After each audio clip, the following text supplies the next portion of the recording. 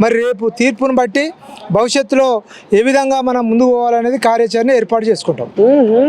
అట్లా మరి ఇప్పుడు రాంగ పోంగా ఈ జెడ్పీటీసీ ఎంపీటీసీ ఎలక్షన్లు అయితాయా వాయిదా పడతాయా అసలు ఏం జరగబోతుంది జనాలకైతే లటలట పడ్డది. రేపు కోర్టు తీర్పు అనుకూలంగా వస్తే ఎన్నికలు జరుగుతాయి. జరిగినాక కూడా వస్తుంది అనుకుంటున్నావా? అనుకూలంగా రావాలనే కోరుకుంటున్నాం. ఎందుకంటే మనం కాంగ్రెస్ పార్టీ అయినా ఏ పార్టీ అయినా ప్రజల కోసం కొంత పోరాటం చేసిరు. వాళ్ళు చేసినప్పుడు అనుకూలంగా వస్తే సంతోషం, రాకుంటే పోరాటమే అనివార్యం కాబట్టి పోరాటానికి కూడా సిద్ధంగా ఉండాలని చెప్పి మేము కోరుకుంటున్నాం.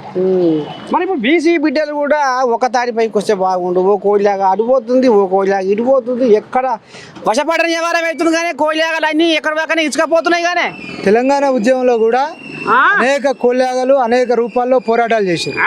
ఆ రోజు 1000 సంఘాలు తెలంగాణ కోసం అనేక రూపాల్లో పోరాటం చేశారు. ఇప్పుడు మనకు కాలువలు ఉంటాయి, వాగులు ఉంటాయి, తర్వాత నదులు ఉంటాయి, అంతా ఎక్కడ పోతుంది? సముద్రంలోకే పోతుంది.